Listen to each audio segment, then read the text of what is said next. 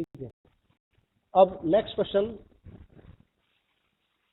Right the two types of renewable resources. Renewable यानी पुनर्नवीकरण वाले resource या संसाधन कौन कौन से हैं?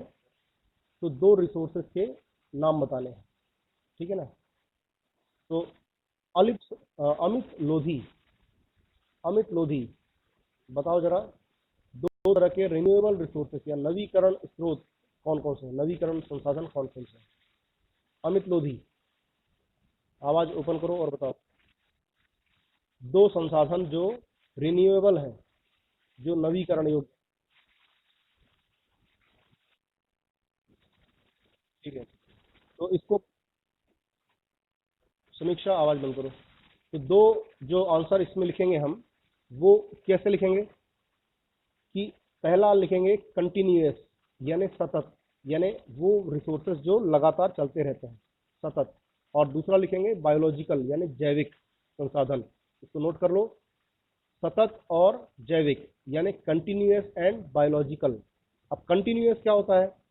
कंटिन्यूअस रिसोर्स वो रिसोर्सेस होते हैं जो लगातार चलते रहते हैं, जैसे कि सोलर एनर्जी, ये कंटिन्यू है, ठीक है ना।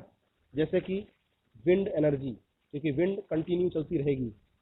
हाइडल एनर्जी, जैसे कि पानी लगातार हमको मिलता रहेगा, ऐसा हम मान के चलते हैं। टाइडल एनर्जी, ज्वारीय ऊर्जा समुद्र से जो आती है ना, क्योंकि समुद्र हमेशा बना रहेगा। तो यहाँ से जो एनर्जी हमको मिलेगी वो कंटिन्यूअस एनर्जी या कंटिन्यूअस रिन्यूएबल रिसोर्स कहलाता है। पहली चीज तो ये हो गई। दूसरी चीज है बायोलॉजिकल रिसोर्सेस यानी जैविक संसाधन। जैविक संसाधन, बायोलॉजिकल, दो चीजें होंगी, प्लांट्स और एनिमल्स। तो प्लांट्स और एनिमल के जो बाय प्रोडक्ट्स हमको प्राप्त होते हैं वो कभी भी खत्म नहीं होंगे, ठीक है। जिस बायोमास एनर्जी से बनती है, जैसे गन्ने की खोई, गन्ने का रस निकालने के बाद जो उसका मलबा बचता है उसको हम इस्तेमाल करते हैं एनर्जी के प्रोडक्शन के लिए। कई जगह पर इलेक्ट्रिसिटी का प्रोडक्शन इसके थ्रू हो रहा है, तो ये बायोमास एनर्जी है, ठीक है ना।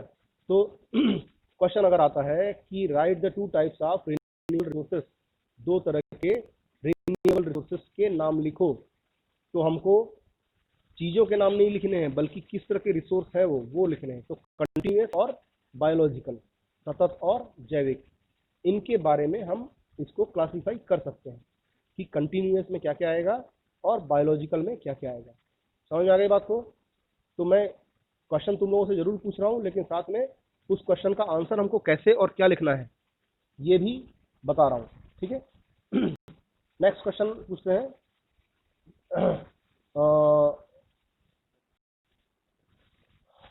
By which name is the badland known in Chambal basin. यानी चंबल बेसिन में, चंबल नदी घाटी के आसपास जो बेकार जमीन या डिग्रेडेड लैंड है उसको किस नाम से जाना जाता है? चंबल नदी के आसपास जो बैड लैंड्स बन गए हैं उनको किस नाम से जाना जाता है? आराधना शिल्पी, वॉइस ओपन करो और बताओ।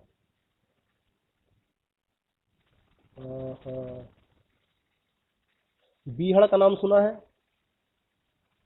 बीहड़, बीहड़, हाँ बीहड़, या उसको रेविन्स भी कहते हैं, RAVINES, RAVI RAVI Ravi, NES नेस, रेविन्स इसको बोलेंगे, या हिंदी में कहेंगे बीहड़। तो बीहड़ एक्चुअली में होते क्या है, या इसको एक और नाम से बुलाते हैं जिसको हम कहते हैं बैड लैंड। ये बैड लैंड या बीहड़ होते क्या है? बेसिकली ऐसी जमीन जहां पर पेड़ पौधे बहुत कम हो चुके हैं या बहुत कम है, और वहां पर अगर बारिश होती है तो बारिश के दौरान पानी ऊपर से तेजी से गिरता है नीचे जमीन पर, ठीक है ना। इसको अपन ऐसे देखें अगर कि एक जमीन है और एक मग्गा पानी हमने लिया और एक मग्गा पानी हम अपनी हाइट के बराबर से नीचे गिराएंगे जब जमीन पर, तो क्या होगा, उस पानी की धार से नीचे जमीन में गड्ढा हो जाएगा थोड़ा सा, 1 इंच 2 इंच। तो मिट्टी के ऊपर डिपेंड करेगा, अगर मिट्टी मिट्टी कमजोर है तो वो मिट्टी में गड्ढा हो जाएगा, मिट्टी कमजोर नहीं, पत्थर पर गिर रही है तो गड़बड़ होगा। तो ये आवाज किसकी ओपन हो गई? आवाज बंद कर दो। यार ये सही में बड़ा परेशान। आवाज़ चालू करके आओ भाभी, आवाज़ चालू करके आ गए। हेलो। तो मैं बात कर रहा था, बीहड़ या रेवेंस जो होते हैं वो कैसे बनते हैं।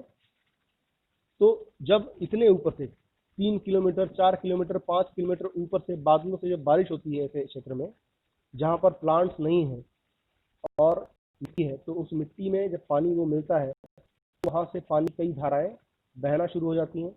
छोटी छोटी धाराएं बड़ी धाराओं, बड़ी नालियों में बदल जाती हैं। इस तरह से बहुत सारी नालियां हो जाती हैं, इतनी सारी नालियां हो जाती हैं कि वो मिट्टी पूरी ऊपर से बहकर चली जाती है, गायब हो जाती है, और कई छोटी मोटी बड़ी नालियां बन जाती हैं। तो ये बीहड़ होते हैं। तो बैड लैंड भी उनको कहा जाता है, बैड लैंड या रेवाइंस। चंबल नदी की घाटी में इस तरह के पाए जाते हैं। ठीक है ना। अगर तुम लोग कभी भोपाल से दिल्ली का सफर करो तो ग्वालियर के आगे, मुरैना के आसपास इस तरह के बहुत सारे एरिया तुम लोगों को दिखेंगे। और ये जो एरिया है ये डाकुओं के लिए प्रसिद्ध थे। ये समझ लो कि 1960s, 70s और 80s के दशक के आसपास यहाँ पर डाकुओं की बहुत भारी समस्या थी। इस पूरे एरिया में डाकुओं का आतंक था और इन बीहड़ों को डाकुओं ने रहने के अपने स्थान बनाकर रखे थे। ठीक है। नेक्स्ट क्वेश्चन है, स्ट्रिप क्रॉपिंग क्या होता है। स्ट्रिप क्रॉपिंग, पट्टीदार कृषि। ठीक है। तो पट्टीदार कृषि बताएंगे आशुतोष रजक।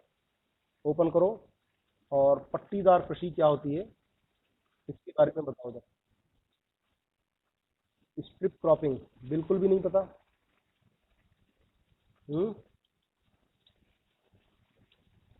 पट्टी यानी बेल्ट, छोटी छोटी एरिया में बेल्ट बना हुआ।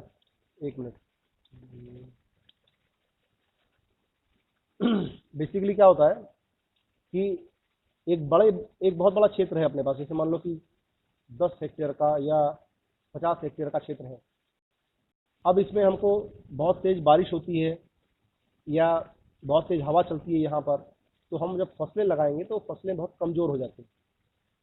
तो फसलें कमज़ोर हो जाएंगी, गिर जाएंगी। तो हवा की वजह से या तेज बारिश की वजह से फसलें पूरी गिर जाती हैं और वो चौपट हो जाती है पूरी।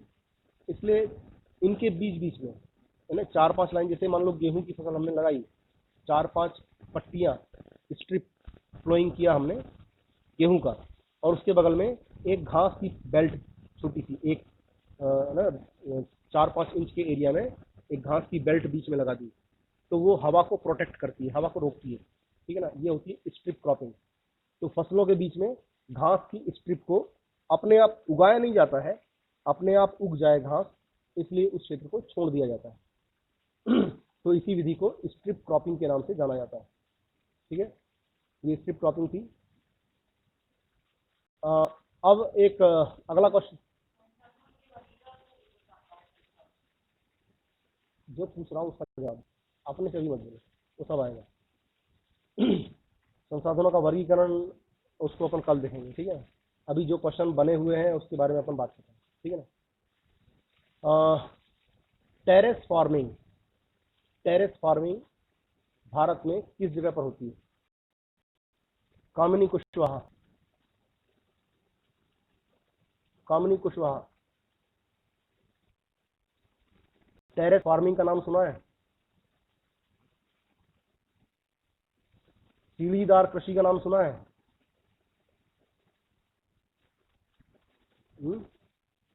सीढ़ीदार कृषि भी नहीं सुना कहीं पर भी।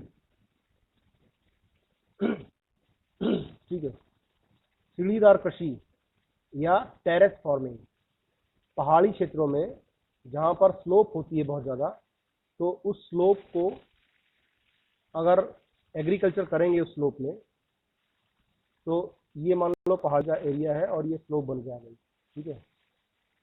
अब हम अगर खेती करेंगे ऊपर से नीचे की ओर, तो छोटी सी नाली बन जाएगी ना, छोटी सी नाली बन जाएगी। अब ऊपर से अगर बारिश होती है, बादल बनते हैं और बारिश होती है, तो ये छोटी नाली बन गई, पानी इसमें से बहकर चला जाएगा और मिट्टी को भी बहाकर लेकर चला जाएगा। ठीक है। तो टेरेस फार्मिंग कैसे की जाती है? टेरेस फार्मिंग करने के लिए इसमें अपन दूसरा कलर लेते हैं। टेरेस फार्मिंग करने के लिए ज़मीन को थोड़ा सा काटा जाता है। ये ज़मीन कट गई तो ये ग्रीन वाला जो पोर्शन है ना, ये एक टेरेस या एक सीढ़ी बन गई। फिर ये एक दूसरा एरिया कट गया, फिर ये एक तीसरा एरिया कट गया। तो पहाड़ को ऐसे, स्लोप को ऐसे काट देते तो ये एक प्लेन एरिया अपने को मिल जाता है। ड्राइंग में क्या समझ में आएगा? रेड वाला एरिया था, उस रेड वाले एरिया को काट करके ग्रीन वाला एरिया बन गया, ठीक है ना। अभी जो ग्रीन वाला एरिया बन गया, इसमें से इसको इरेज कर देते हैं अपन, रेड वाले पार्ट को। तो ये इस तरह से अपने को एक ज़मीन मिल गई, है ना। इसको अगर अपन हटा दें पूरा, तो ये टेरेस यानी सीढ़ी, पहाड़ पर ये सीढ़ी बन गई। ये सीढ़ीदार कृषि होती है या टेरेस फार्मिंग होती है। तो किस जगह पर होती है, हो रही है टेरेस फार्मिंग? किस जगह पर हो रही है टेरेस फार्मिंग? पहाड़ी क्षेत्र, पहाड़ी एरिया में होती है। खास तौर पर पश्चिमी और मध्य हिमालय जो है ना, उसके आसपास इस तरह से स्ट्रिप क्रॉपिंग या सीढ़ीदार कृषि ये होती है, ठीक है ना। तो आज के लिए इतना ही, ठीक है, क्योंकि